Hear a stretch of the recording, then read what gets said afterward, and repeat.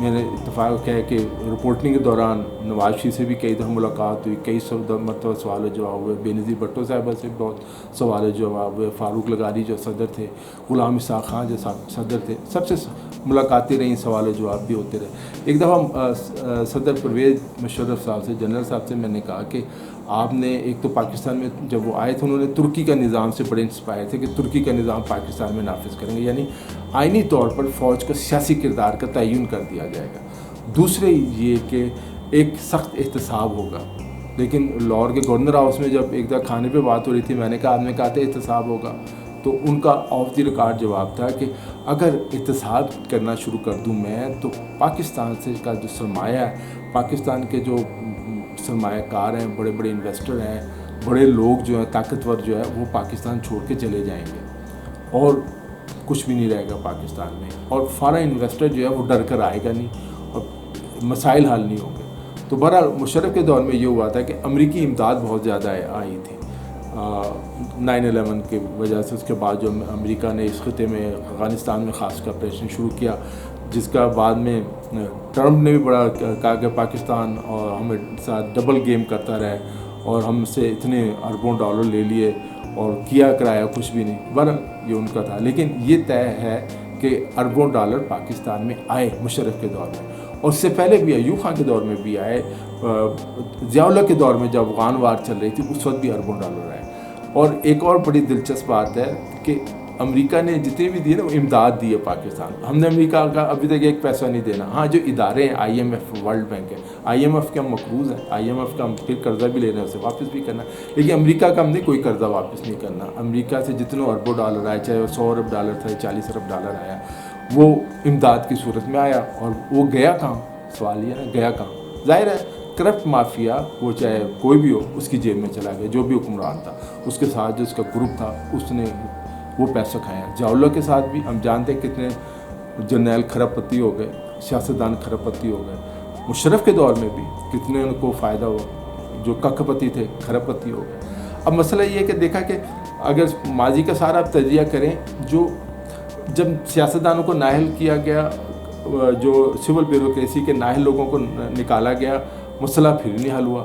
وہی سیاستدان کچھ عرصے بعد جب مشرف کا دور ختم ہوتا ہے یا جب ضیاء اللہ طیارے ہاتھ سے مارے جاتے ہیں تو اس کے بعد پھر ساری چیزیں ریورس ہو جاتی ہیں۔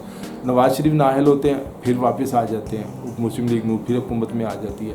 بے نظیر بھٹو کو پیپلز پارٹی پر پابندی لگتی ہے، بے نظیر بھٹو کو نکالا جاتا ہے، اس کے بعد الیکشن ہوتا ہے، پھر واپس آ جاتی ہے، پابندیاں ختم ہو جاتی ہیں۔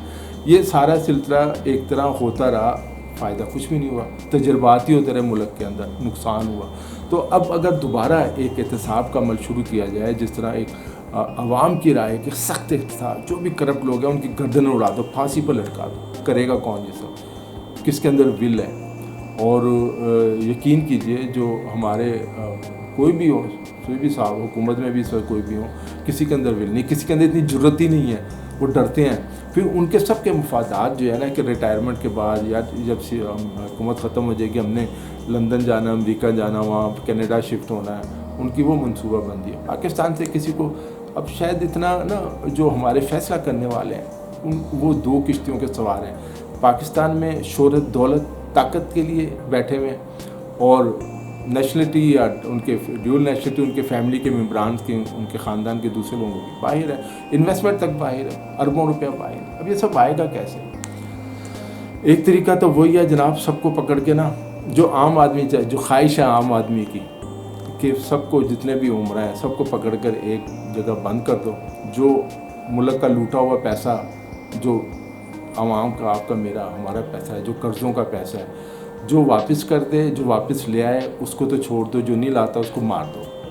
یہ لیکن کیا یہ حل ہے؟ مسئلہ یہ ہے کہ چونکہ ایک ہم اس وقت جس دنیا میں رہ رہے ہیں وہاں یہ پاسبل نہیں ہے، ہم پر پابندیاں لگ جائیں گی، ہم ایک کمزور ملک ہیں، تو اب یہ بھی مسائل کا حل نظر نہیں آتا، نہ کسی کے اندر ول نظر آتی، افراتفری پھیلے گی، اور جو طاقتور لوگ ہیں ظاہر ہے ان کے پاس تو ڈبل نیشنلٹی ہے، وہ تو جہازوں میں بیٹھیں گے، اپنے اپنے جہاز منگائیں گے، چارٹر کرائیں گے اور اس کو پاکستان سے نکل جائیں گے، پھنس جائیں گے۔ پھر عام آدمی، غریب آدمی کہ اس نے، وہی بیچارہ جو مستری ہے جس کے نام پہ انہوں نے بنائے ہوئے اکاؤنٹ بنائے ہیں، وہ بیچارہ پھنسے گا، وہ تو نکل جائیں گے سارے۔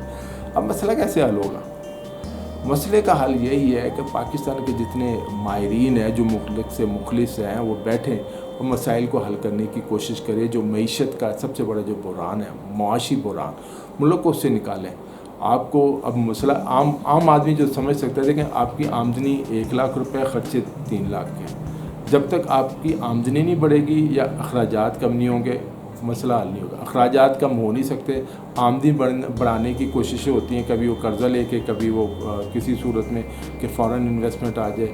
لیکن جب تک آپ کی ایکسپورٹ نہیں بڑھے گی, آپ کا مال باہر نہیں جائے گا, آپ کی پروڈکٹ کا معیار بہتر نہیں ہوگا, یہ مسئلہ بھی حل نہیں ہوگا.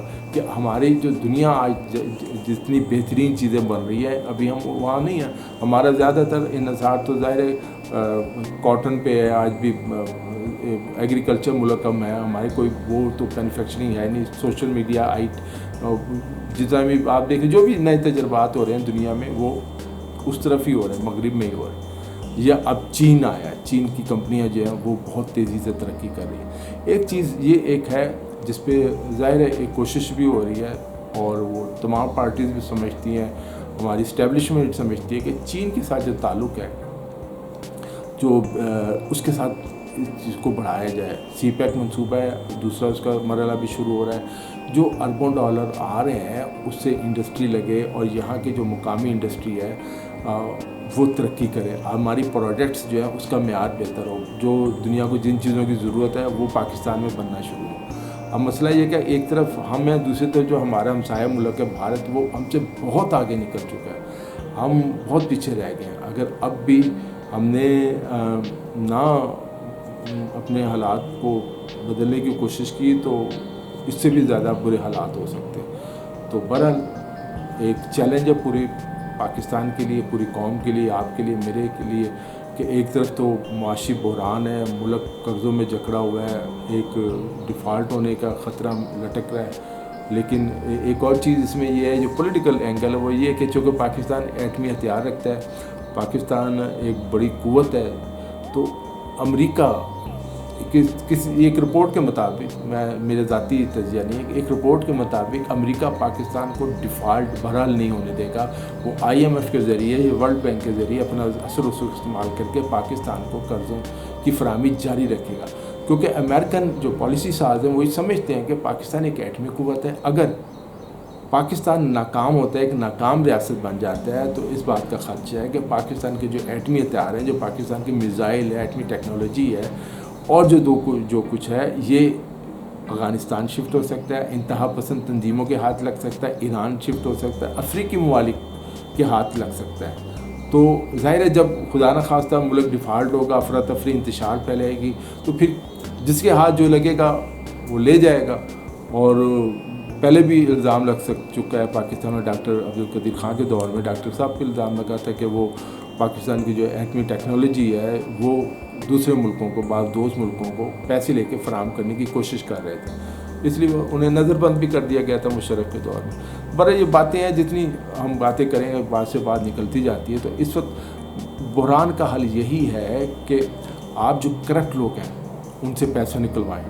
جو پاکستان کا پیسہ سوئٹزرلینڈ بینکوں میں ہے یا امریکی اور مغربی بینکوں میں, وہ واپس لے کے آئیں. جس طرح بھی لانا ہے لے کے آئیں. ہر صورت جو لوگ لوٹ کر لے کے گئے ہیں ان سے وہ پیسے نکلوائیں, کسی طریقے سے نکلوائیں, ڈرا کے نمکائیں, دھمکا کے, پیار سے, لالچ دے کے, جس طرح بھی ہے وہ اربوں ڈالر پاکستان واپس لے کے آئیں. اور اس کے لیے ایک ایسا لیڈر چاہیے جو یہ سب کام کر سکتے, جس کے اندر ول ہو, جو کسی خوف کا شکار نہ ہو. اور کوئی بھی لیڈر ہو سکتا ہے, میں کسی کا نام نہیں لینا چاہتا, ہم سب جانتے ہیں کہ کس کے اندر ول ہے, کون یہ سب کام کر سکتا ہے. دوستوں آج کے لیے اتنا ہی. اپنا خیال رکھیے گا. علی جاوید نقوی کو اجازت دیجیے. خدا حافظ.